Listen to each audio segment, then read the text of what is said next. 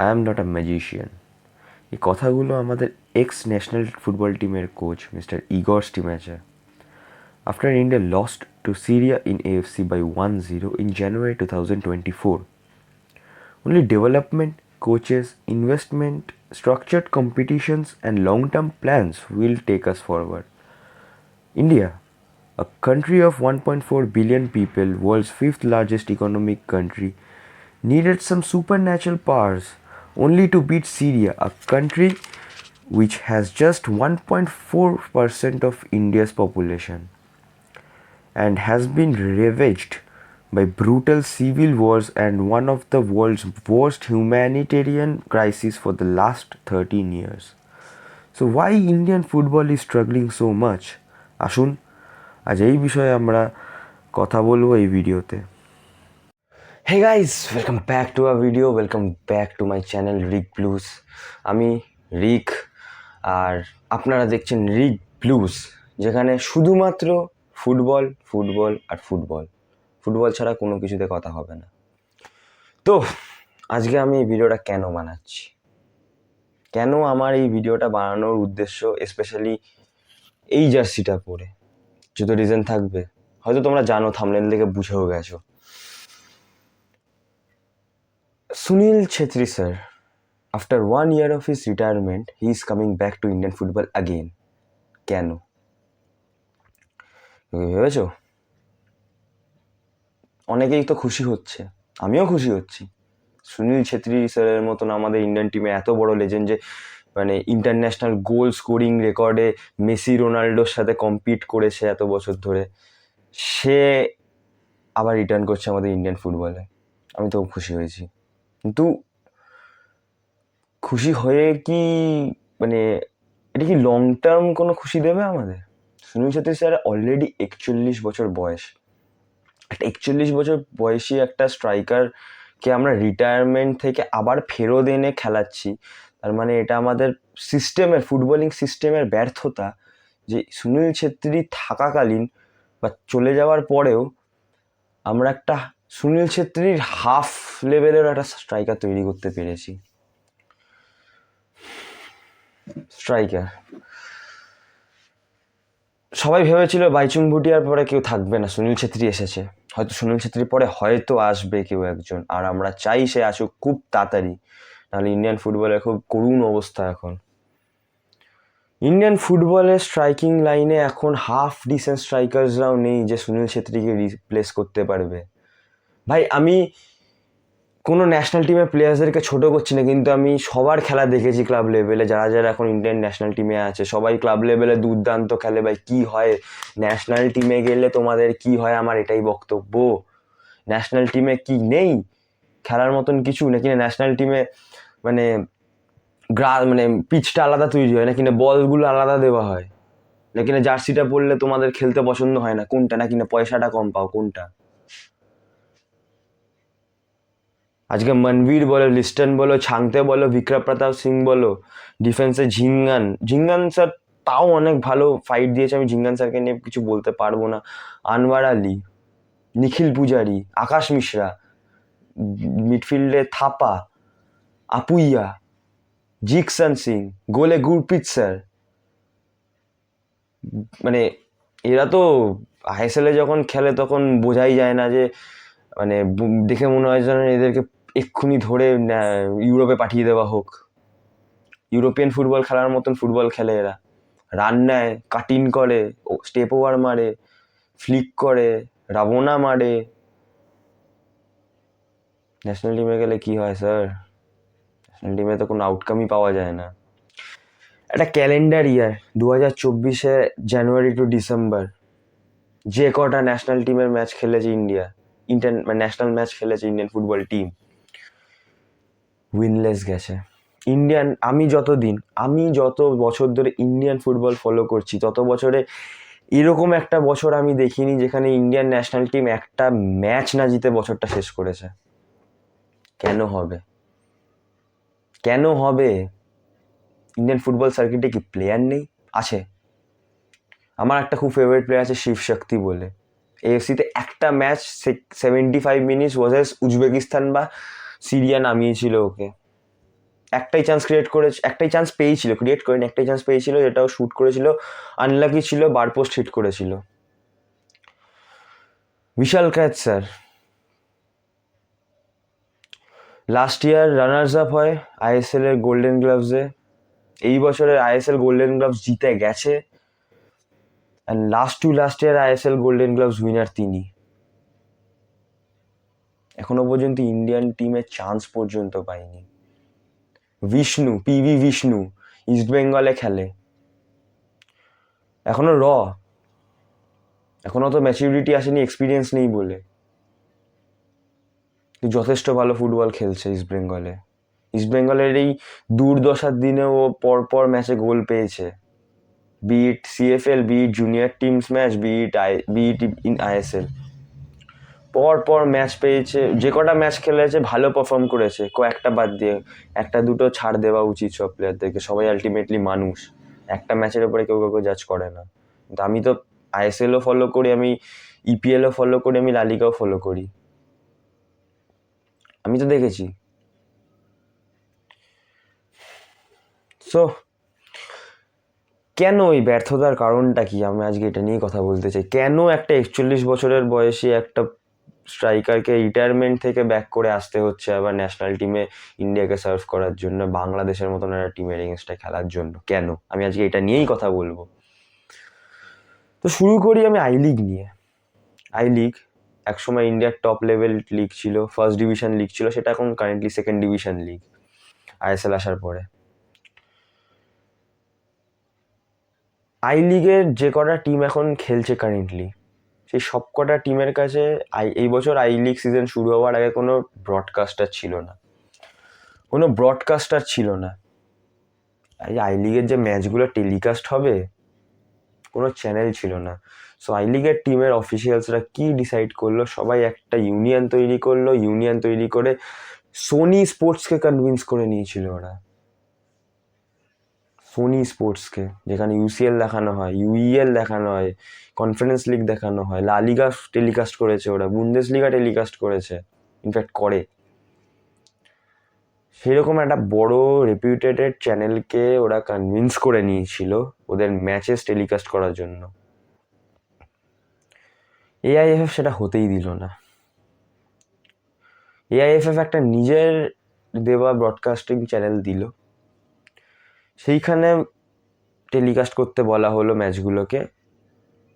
কিন্তু এখানে একটা ক্যাচ আছে। ক্যাচটা কি? যে ব্রডকাস্টিং চ্যানেলটা আই লিগের যে খেলাগুলো হচ্ছে সেইগুলোকে টেলিকাস্ট করছিল, সেই ব্রডকাস্টিং চ্যানেলের যে সেই ওনার হচ্ছে আমাদের এআইএফএফ প্রেসিডেন্ট, যিনি তার রিলেটিভ হয়, কল্যাণ চৌবের রিলেটিভ ওন করে ওই ব্রডকাস্টিং চ্যানেলটাকে বা বডিটাকে। মানে বুঝতে পারছেন কিছু কি লেভেলের করাপশন চলছে আমাদের ইন্ডিয়ান ফুটবলে? যদি ভাই ব্রডকাস্টিং এর যে পুরো সিনারিওটা, আমি এটা পোক্ত কোনো আমার কাছে প্রুফ নেই, আমি আগেই একটা ডিসক্লেমার দিয়ে রাখতে চাই। আমি এটা জাস্ট আর্টিকেলসে পড়েছি আর কয়েকটা ছোটোখাটো ক্লিপস দেখেছি ইউটিউবে, এর থেকে বেশি আমার কাছে কোনো ইনফরমেশন নেই, কারণ এই জিনিসটা খুব একটা বেশি অন এয়ার পাবলিশড হয়ও নি, খুব লিমিটেড সোর্স ছিল এটার জন্য। তো আমি খুব খেটে অনেক সোর্স, মানে অনেক খোঁজাখুঁজির পরে যেটুকুনি খুঁজতে পেরেছিলাম আর বুঝতে পেরেছিলাম, ছোটো করে আমি আপনাদেরকে এটা বলে দিলাম। তো এটা একটা ডিসক্লেমার রয়ে গেল, এটা আমি শিওর না, বাট আমি তো ভাই দেখিনি আই লিগকে কোনো বড় টিভি চ্যানেলে টেলিকাস্ট হতে এবছর আই লিগের কোনো ম্যাচ। আমি যে কটা আই লিগের ম্যাচ দেখেছি সে সব কটাই এআইএফএফ এর ইউটিউব চ্যানেল থেকে টেলিকাস্ট হয়েছিল। ভাই যদি একটা লিগের কাছে ব্রডকাস্টার না থাকে,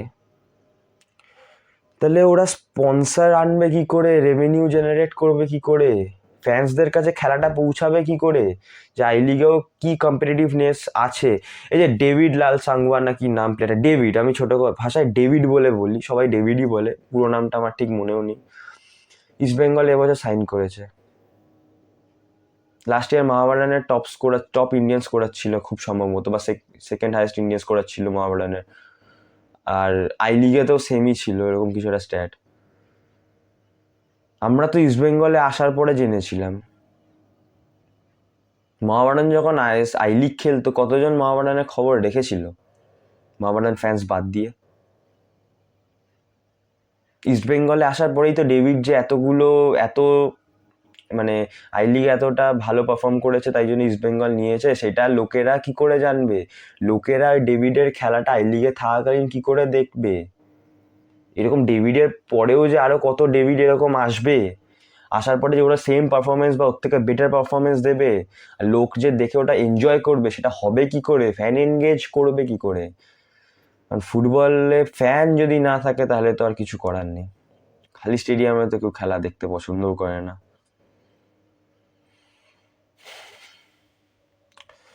এটা হচ্ছে আই লিগের দশা।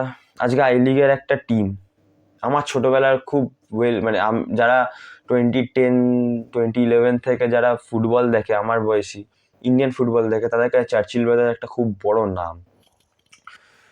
চার্চিল ব্রাদার্স একটা বিশাল বড় নাম তাদের কাছে। Churchill brothers I league champion, multiple time in top tyre in national tournament champion.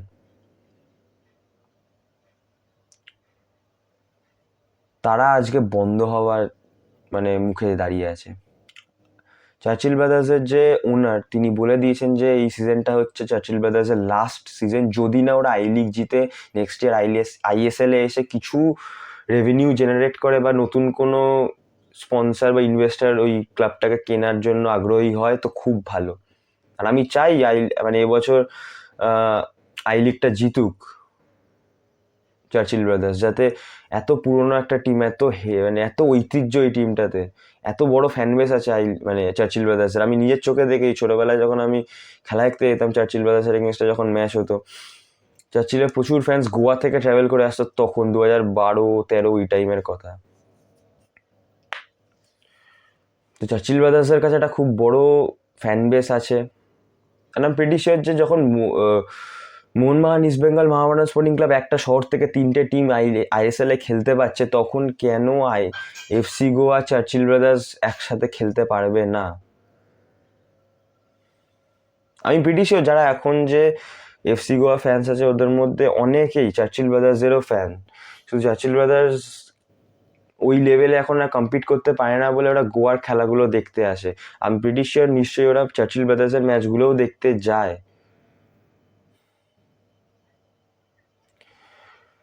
তো এটাই হচ্ছে কথা। আমি চাই চার্চিল ব্রাদার্স জিতুক এবছর, যাতে অ্যাটলিস্ট ওরা আইএসএল এসে কিছু রেভিনিউ জেনারেট করুক, কিছু পয়সা কামাতে পারুক, আর সেই পয়সা দিয়ে আবার পরের বছরের জন্য টিম তৈরি করতে পারুক। আমি চাই সেটা হোক। ডেম্পো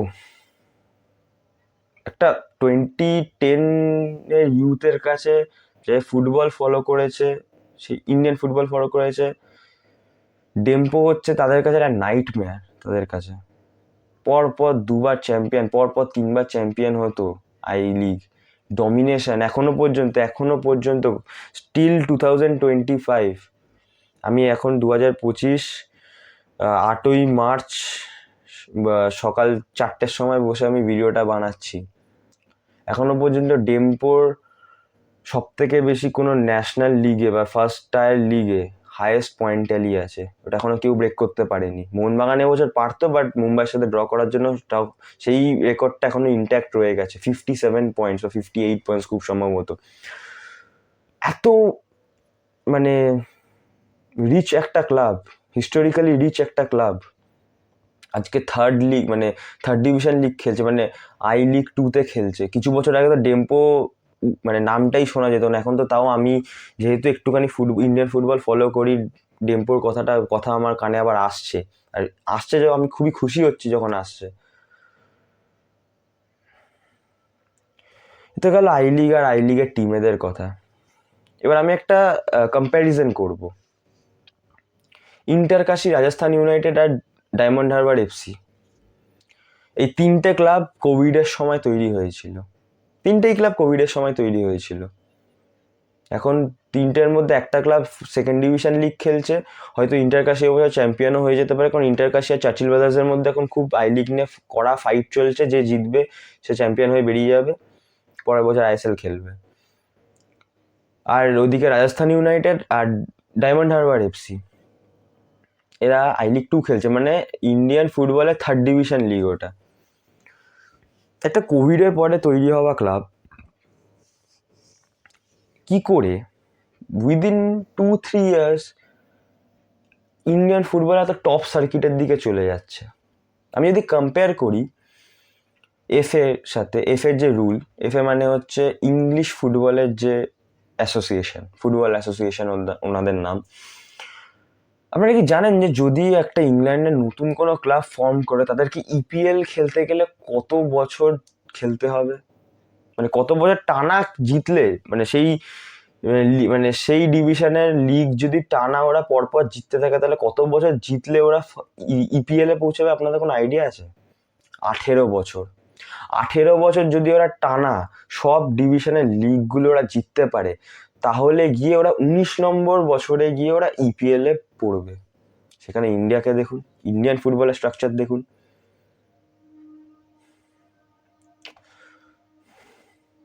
মাত্র 5 বছরের একটা ক্লাব, 5-4 বছর 3 বছরের একটা club second division third division খেলছে আর ভালো ফল করছে, পয়সা ফেলছে, ভালো মানে ভালো রেজাল্ট করছে। টপ টায়ারে আসতে ওদের বেশি দিন লাগবে না, আইএসএল এ ঢুকতে ওদের বেশি দিন লাগবে না, এটা আমার কথা রয়ে গেল।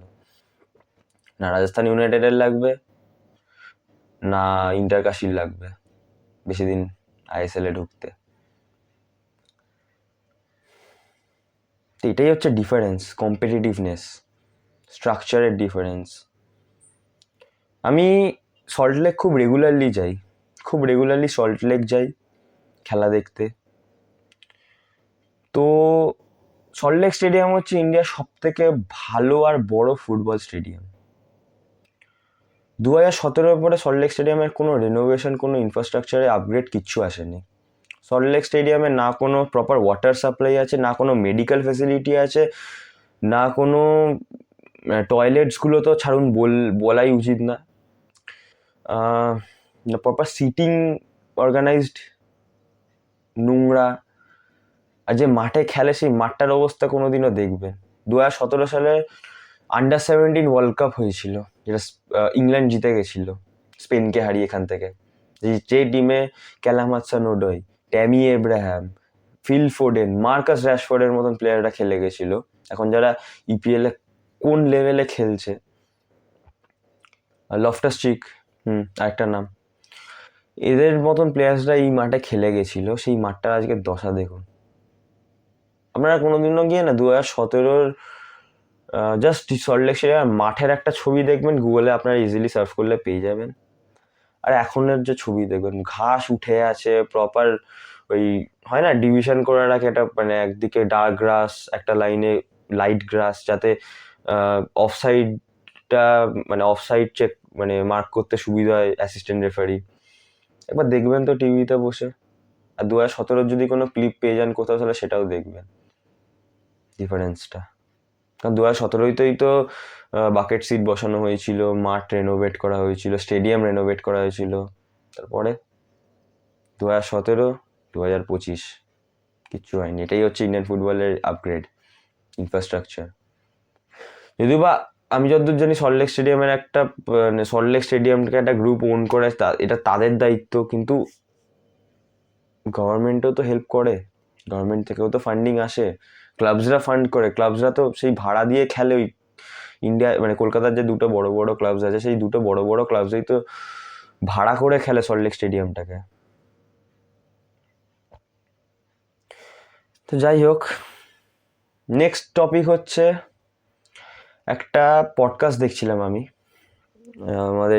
আমাদের বাংলার খুব বড় একটা স্পোর্টস জার্নালিস্টের পডকাস্ট দেখছিলাম আমি। উনি বলেছেন যে there is no difference between a 5 to 6 or 8 year boy in France and a boy in India in that same age group. ওই দুটো বাচ্চারই passing ability same, dribbling ability same, heading ability same, shooting ability same. তো তফাৎটা কোথায় হয়ে যায়?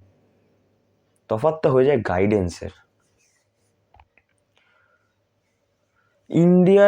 Indian ফুটবলে proper guidance দেওয়ার বাচ্চাদের কেউ নেই। ওই জন্যই আমি আসছি আমাদের ফোর্থ টপিকে, গ্রাসরুট লেভেল, যেটা মেন। ইন্ডিয়ান ফুটবলকে যদি লং টার্মে ভালো কিছু করতে হয়, যদি এখনো চেয়ে থাকে ভালো কিছু করার জন্য, তাহলে grassroot as soon as possible করতে হবে, ডেভেলপ করতে হবে। আমাদের ইন্ডিয়াতে না একটা বাচ্চা 10-12 বছর বয়সের পরে ফুটবল খেলা স্টার্ট করে। হ্যাঁ, করে, অনেক বাচ্চারাই 5-6 বছরে করে, কিন্তু আইডিয়াল বয়সই হচ্ছে সেটা। কিন্তু ম্যাক্সিমাম বাচ্চারাই 10 থেকে 12 বছর বয়সে গিয়ে স্টার্ট করে, কারণ অত অ্যাওয়ারনেসই নেই ফুটবল নিয়ে ইন্ডিয়াতে। থাকবেই বা কেন? এখানে কোনো না কোনো পাবলিসিটি আছে, না কোনো এনগেজমেন্ট আছে, না কোনো স্পন্সর আছে প্রপার। আইএসএল ক্লাবসরা প্রত্যেক বছর each and every year ISL ক্লাবসরা লসে রান করে। এক্সেপশনস কয়েকটা আছে, মোহনবাগান, মুম্বাই, কেরালা, কারণ এদের মুম্বাইয়ের ওনার ভালো, ওনারের পয়সা আছে, সিটি গ্রুপ চালায়, যে সিটি গ্রুপের ম্যানচেস্টার সিটিও পড়ে। মোহনবাগানের ওনার্স ভালো, মোহনবাগানের স্টেডিয়ামের ক্যাপাসিটি বেশি, তাই টিকিট বিক্রি হলে লাভ হয়ে যায়। কেরালার ওনার্স ভালো, প্যাশনেট ওনার্স, ফ্যান্সরা প্যাশনেট। তো এটাই হচ্ছে কথা। গ্রাসরুট ডেভেলপমেন্ট করতে হলে একাডেমি খুলতে হবে। আমি প্রায় দিন শুনে আসছি এই ক্লাবটা এই ইউরোপিয়ান ক্লাবের সাথে টাই করে একটা একাডেমি খুলেছে, তার 6-7 মাস পরে একাডেমিটার কোনো নাম নেই, কোনো ইনফরমেশন নেই, কোনো খবরই পাওয়া যায় না, একাডেমি বন্ধ। এরকম প্রচুর এক্সাম্পল আছে। বার্সেলোনার সাথে এই ক্লাবটা টাই করেছে, সেল্টিকের সাথে টাই করেছে, রেঞ্জার্সের সাথে টাই করেছে, এই ক্লাব ওই ক্লাবের সাথে এই ক্লাব টাই করেছে। সেকেন্ড হচ্ছে ক্লাবের সিলেকশন। ক্লাবের সিলেকশন হয়, আমি বেঙ্গল ক্লাবসদের ক্ষেত্রে বলতে পারি, আমি বাইরের কোনো ক্লাবসদের ক্ষেত্রে বলতে পারবো না, আমার কোনো ইনফরমেশন নেই। আমি যতদূর জানি ট্রায়াল দেবে, কিছু হবে না, ডোনেশন দেবে, সিলেক্ট হয়ে যাবে, অবস্থা। হ্যাঁ, এবার ডোনেশন দিয়েও এদের মধ্যে অনেক ভালো কোয়ালিটির প্লেয়ার বেরিয়ে আসে, কিন্তু কেন হবে ডোনেশন দিয়ে ঢোকার? মেরিটে খেলো, নিজের মেরিটে পারফর্ম করো, নিজের এবিলিটি দিয়ে পারফর্ম করো। হ্যাঁ, তুমি ট্রায়ালসে যাওয়ার জন্য তুমি অ্যামাউন্ট পে করো, কিন্তু সিলেক্ট হওয়ার জন্য যদি তোমাকে একটা হিউজ লামসাম অ্যামাউন্ট অফ টাকা পে করে দিতে হয়, তাহলে কি করে দেবে? আর ভাই, ইন্ডিয়াতে ফুটবল গরিবরা খেলে, সোজা পাতি কথা। যারা বড় লোক হয় তারা ক্রিকেটের দিকে চলে যায়, আর ক্রিকেট মানে ইন্ডিয়াতে বড় লোকরাই ক্রিকেট খেলে, ফুটবল মধ্যবিত্ত বাড়ির লোকেরা খেলে। ওদের কাছে সব ফ্যামিলির কাছে অত পয়সা হয় না যে যে অ্যামাউন্টটা ক্লাব ডিমান্ড করছে সেই অ্যামাউন্টটা দিয়ে ফুটবলের জন্য এত অ্যামাউন্ট দিয়ে দেবে, কারণ ফুটবলে ফিউচার নেই। আগে ইন্ডিয়ান ফুটবলে, বেঙ্গল ফুটবলে আমি যতদূর জানতাম সন্তোষ ট্রফি খেললে চাকরি পাওয়া যেত, এখন নেই ইন্ডিয়ান মানে বেঙ্গল ফুটবলে ওই জিনিসটা। তাই জন্য সব খেপের মাঠের দিকে চলেছে, যে বলে না খেপ নষ্ট করছে, খেপ নষ্ট করছে, কিন্তু খেপে কেন যাচ্ছে সেটা তো বোঝো। দিল্লি ফুটবলে, দিল্লি লিগে, যেটা আমাদের যেমনি সিএফএল আছে, সেমনি দিল্লি লিগে একটা দিল্লি প্রিমিয়ার লিগ হয়, ওপেন ফিক্সিং চলছে।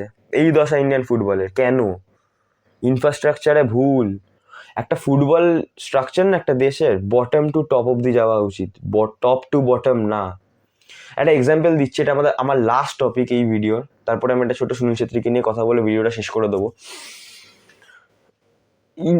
কিছু বছর আগে চাইনিজ সুপার লিগ, যেটা এখন চায়নার ফার্স্ট ডিভিশন লিগ, পৃথিবীর যত বড় বড় প্লেয়ার্সরা ছিল তাদেরকে টার্গেট করেছিল, এখন যেটা সাউদি প্রো লিগ করছে। কিন্তু সাউদি প্রো লিগের মধ্যে ডিফারেন্সটা কি, সাউদিতে ডেভেলপমেন্ট গ্রাসরুট লেভেলেও খুব ভালো, ওরা ফুটবলের জন্য পুরো ইনফ্রাস্ট্রাকচারটা খরচা করেছে, কিন্তু চায়নাতে সেটা হয়নি। আর যেটা ইন্ডিয়াতেও সেম জিনিসটাই হচ্ছে, হয়তো অত বড় বড় নাম আনতে পারছে না, কিন্তু মেন ফোকাসটা টপ টায়ার লিগেই দেওয়া হচ্ছে। তো চাইনিজ প্রিমিয়ার লিগ বা চাইনিজ সুপার লিগে যেটা হয়েছিল সেটা হচ্ছে যে সেই সময় চাইনিজ সুপার লিগে চায়নার যে বড় বড় বিজনেসম্যানসরা ছিল, ওরা ক্লাবস কিনে নিয়ে ইনভেস্ট করা শুরু করে শুধুমাত্র বড়দের যে সিনিয়র টিমটা আছে সেইটার ওপরে, কোনো গ্রাসরুট লেভেল ডেভেলপমেন্টে ওরা ধ্যান দেয়নি। তো কি হলো সেটার বলে, অস্কারের মতন প্লেয়ার্সদেরকে ওরা নিয়ে এলো। অস্কার মানে সেই অস্কার যে 2014 সালে 7-1 গোল ব্রাজিল যে ম্যাচটা হেরেছিল, সেই ব্রাজিলের একমাত্র গোলটা এটা অস্কারই স্কোর করেছিল, সেই অস্কারের কথা বলছি আমি। অস্কার গেছিল, খুব সম্ভবত পেভেস গেছিল, ইনিয়েস্তা খেলেছে ওইখানে। তো এরকম প্লেয়ার্সদেরকে আনে, কিছু বছর লিগটার খুব ডিমান্ড থাকে, তারপরে আস্তে আস্তে ওই লিগটা ফেড আউট করে যায়। কেন? কারণ ওই লিগে, চাইনিজ ফুটবল লিগে যে স্ট্রাকচারটা ছিল, সেই স্ট্রাকচারে শুধুমাত্র মানে সেই ফুটবল স্ট্রাকচারে মাথাটাকে ফোকাস করা হয়েছিল, পুরো বডিটাকে ফোকাস করা হয়নি, পাটাকে ফোকাস করা হয়নি। পাটাকে এতটা, মানে ফুটবল স্ট্রাকচার গ্রাসরুট হচ্ছে ফুটবল, একটা দেশের ফুটবল স্ট্রাকচারের পা, যেটা হেল্প করে দাঁড়িয়ে থাকার জন্য। পাতে কেউ ফোকাস করেনি, মাথাতে ফোকাস করেছে, তো দাঁড়াতেই তো পারলো না, লিগটা পুরো পড়ে গেছে। চাইনিজ সুপার লিগ নিয়ে এখন কারোর কোনো উচ্চ বাচ্চা কিচ্ছু নেই, কেউ জানেও না লিগটা হয়ও কি না। তো এইটাই করতে গিয়ে চায়নার মেন অবজেক্টিভ ছিল হচ্ছে এইটা করে ফুটবল ডেভেলপ করা। কিন্তু তুমি দেখো, হ্যাঁ অবভিয়াসলি ইন্ডিয়ার থেকে চাইনিজ ফুটবল এখনো বেটার, কিন্তু যেটা ওরা ড্রিম করেছিল সেটা করতে পারেনি ওরা। Vision for 2047, the most bogus thing of Indian football. আমি দুটো জিনিস জাস্ট আইডেন্টিফাই করবো, কারণ বেশি টাইম নেই, অনেক বড় হয়ে গেছে ভিডিওটা, ছোট করে বলে দেবো।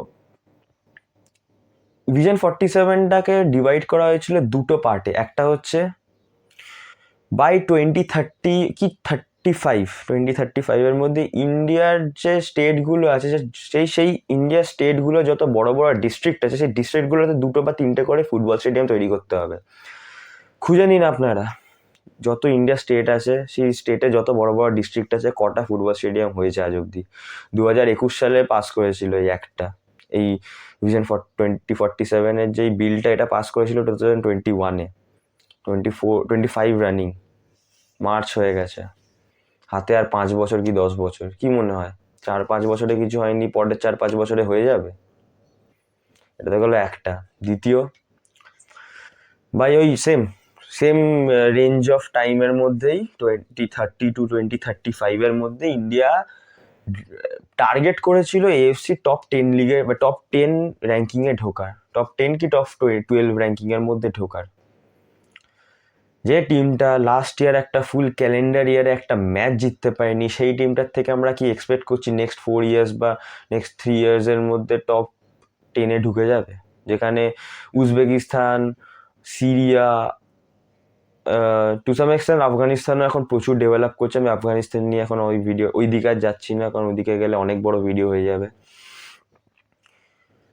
জাপান, কোরিয়া, সাউদি, ইরান, ইরাককে তো আমি ছেড়েই দিলাম, ওরা তো রেগুলার ওয়ার্ল্ড কাপ রিপ্রেজেন্টেটিভস হয় এশিয়ার থেকে। ইউএই, কাতারও তো এখন রেগুলারই হয়ে গেছে।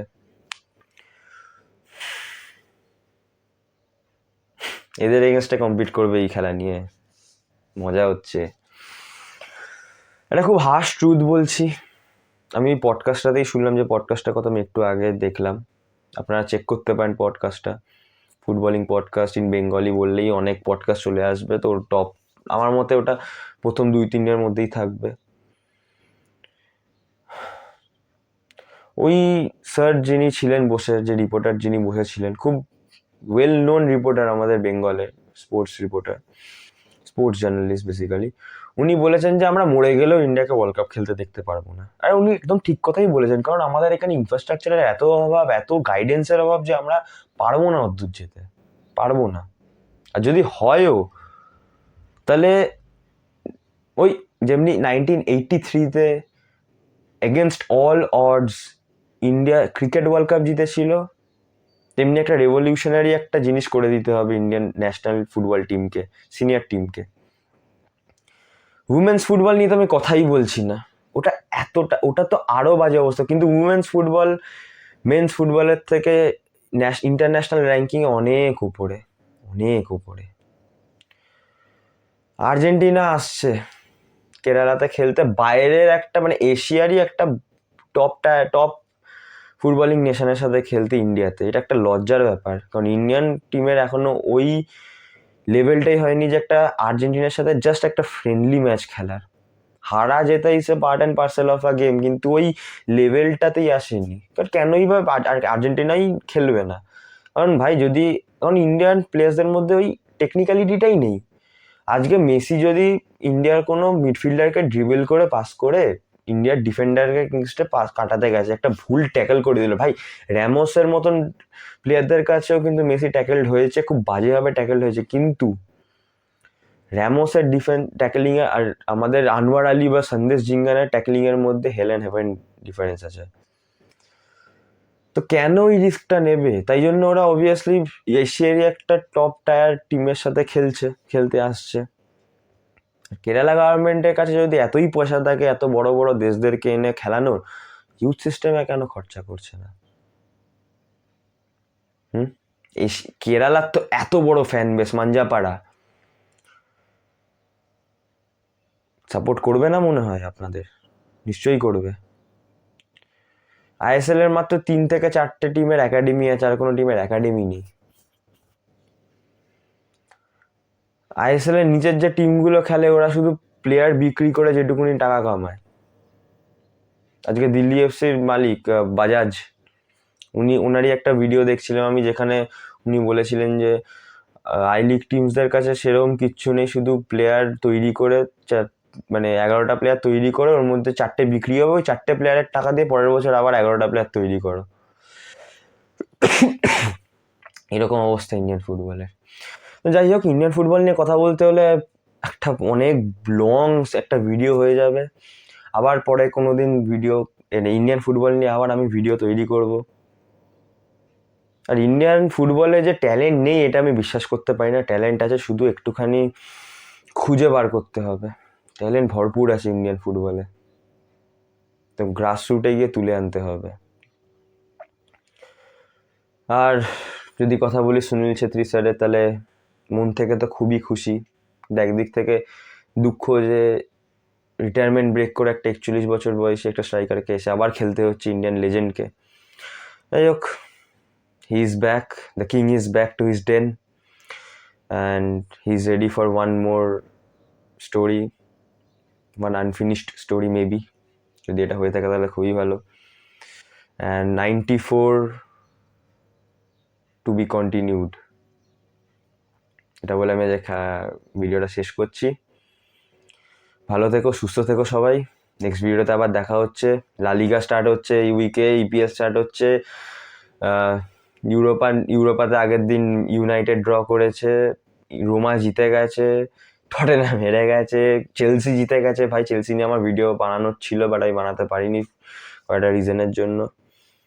তো আসবো, লা লিগা, ইপিএল, ইউসিএল, ইউইএল সব নিয়ে আবার ফেরত আসবো। ইন্ডিয়ান ফুটবলেরও কন্টেন্ট থাকবে এর মাঝখানে। So for that, do subscribe my channel and click the share button and share it with your friends, and please hit the like button as well.